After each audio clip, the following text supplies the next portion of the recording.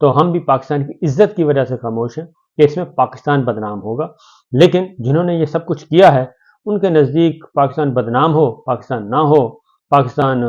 میں فساد ہو، پاکستان میں فساد نہ ہو، جمہوریت پامال ہو، آئین پامال ہو، قانون پامال ہو، انہیں اس سے کوئی سروکار نہیں ہے۔ بہرحال دوسری جانب شاہد خاقان عباسی صاحب ہیں، مسلم لیگ نواز کے ہیں، مرکزی رہنما ہیں، اور انہوں نے الیکشن نہیں لڑا۔ انہوں نے بھی کہہ دیا کہ یہ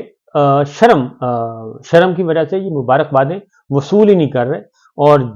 حالانکہ جیت کے بعد انسان خوش ہوتا ہے اور بڑے دھڑلے سے دنیا میں پھر رہا ہوتا ہے، بازار میں، مارکیٹ میں، لیکن یہ منہ چھپاتے پھر رہے ہیں، یہ جیت کر منہ چھپاتے پھر رہے ہیں، کیونکہ ان کو پتہ ہے کہ یہ جیتے ہوئے نہیں ہیں۔ تو یہ ساری جو ہے فیک سسٹم انسٹال کرنے کا مقصد ابھی تک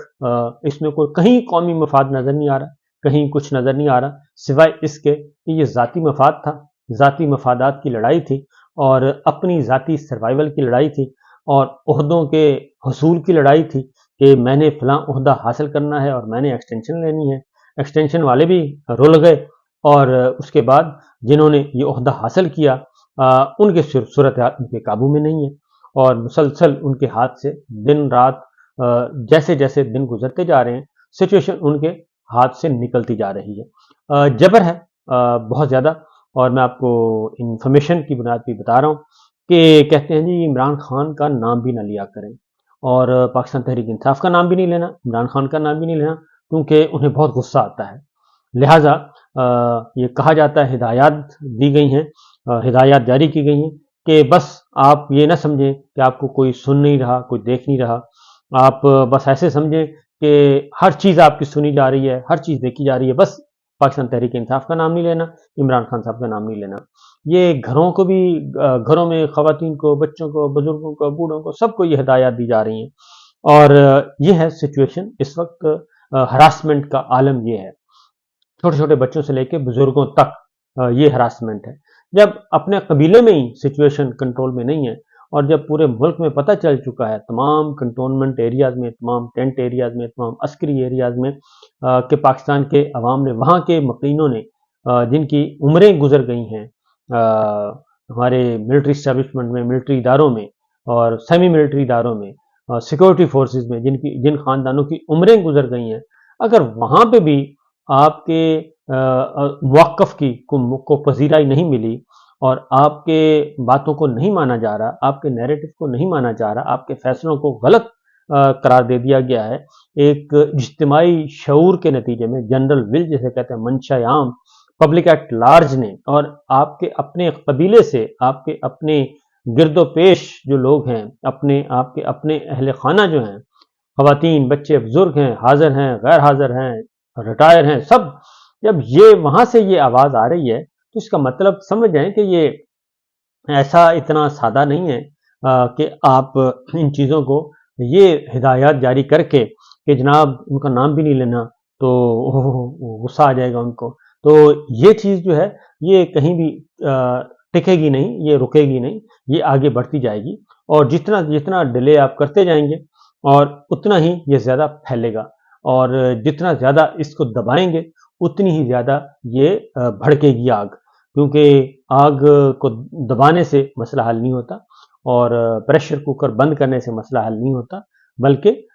اس کو جگہ دینے سے اور راستہ دینے سے مسئلہ حل ہوتا ہے۔ تو اس لیے جناب یہ کتھارسس ہوتا ہے، جو ووٹ دیا جاتا ہے یہ کتھارسس ہوتا ہے، پرچی کا استعمال جو ہے، تاکہ لوگ اپنا کتھارسس کریں اور اپنی ول بتائیں، اور آئین اور دستور کے مطابق اس ول کا احترام کیا جائے۔ تو یہ چیز ہے، جیسے ہر جو ہے، یہ ضروری نہیں ہے کہ اداروں کے چیف جو ہیں، اداروں کے سربراہ جو ہیں، وہی انہی کے ساتھ لوگ جڑے ہوتے ہیں، نہیں، پولیٹیکل پارٹی بھی ایک ادارہ ہے، اور یہ پولیٹیکل پارٹی اس سے بھی بڑا، سب سے بڑا ادارہ ہوتا ہے، جس کے ساتھ لوگ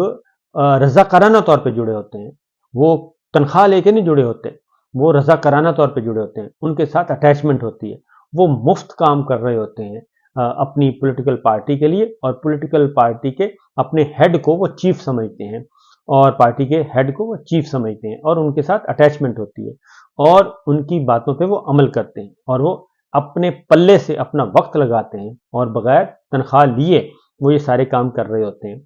فری آف کاسٹ کر رہے ہوتے ہیں. اس لیے کر رہے ہوتے ہیں کہ ان کا جو چیف ہے، political chief of political party جو ہے، وہ ان کے ساتھ وہ جڑے ہوئے ہیں، وہ ان کو ہدایات دے رہا ہوتا ہے. تو اس لیے یہ جو عصبیت ہے، سیاسی عصبیت، یہ سرکاری عصبیت سے زیادہ تگڑی ہوتی ہے، رضاکارانہ طور پہ جو عصبیت ہوتی ہے. اس لیے اس کو سمجھنے کی کوشش کرنی چاہیے، اور جب تک اس کو سمجھا نہیں جائے گا، یہ نہ ہی نوٹیفیکیشن کے ذریعے یہ عصبیت جو ہے، سیاسی عصبیت، یہ بنتی ہے، نہ ہی نوٹیفیکیشن کے ذریعے ختم ہوتی ہے. اور یہ سیاسی عصبیت جو ہے، یہ خوف و ہراس سے بھی ختم نہیں ہوتی، اور یہ نسل در نسل چلتی ہے.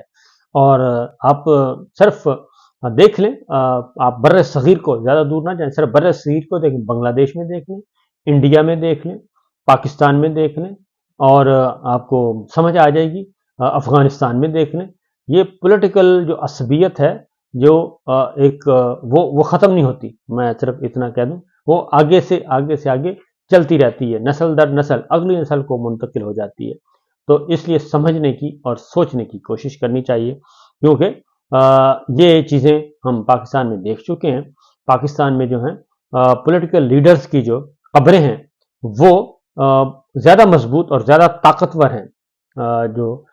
سیاسی جماعتوں، سیاسی رہنماؤں کی قبریں زیادہ طاقتور ہیں، زندہ طاقتور لوگوں کی نسبت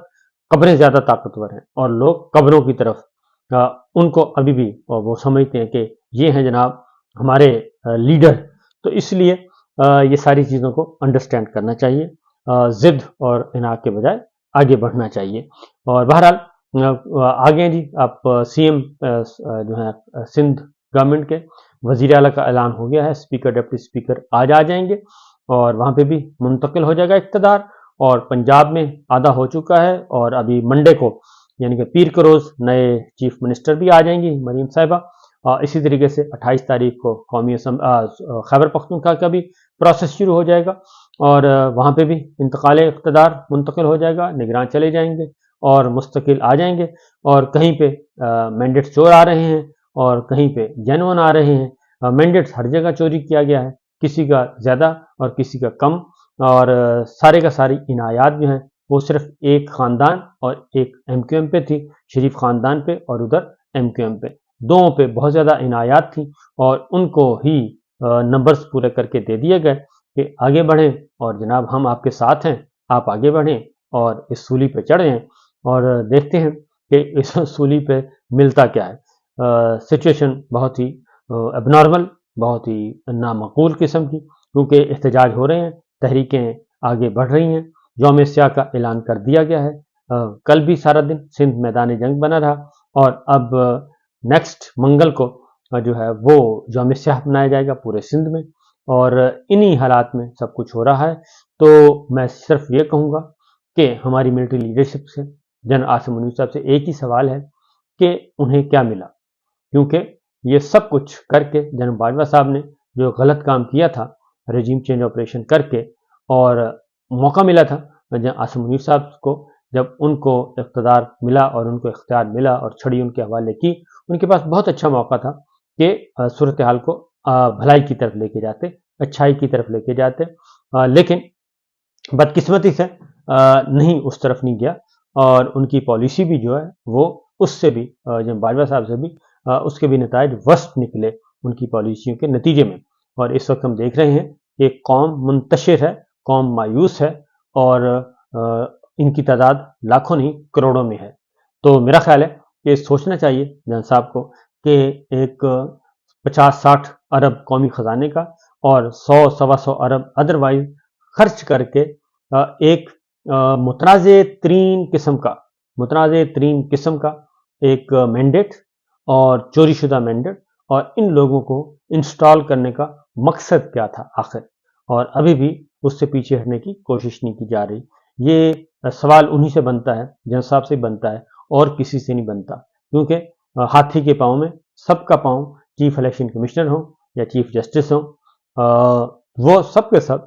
یا پھر آئی جی پنجاب ہو، یا آئی جی اسلام آباد ہو، یا آئی جی خیبر پختونخوا ہو، یا چیف سیکرٹریز ہوں، ان سب کو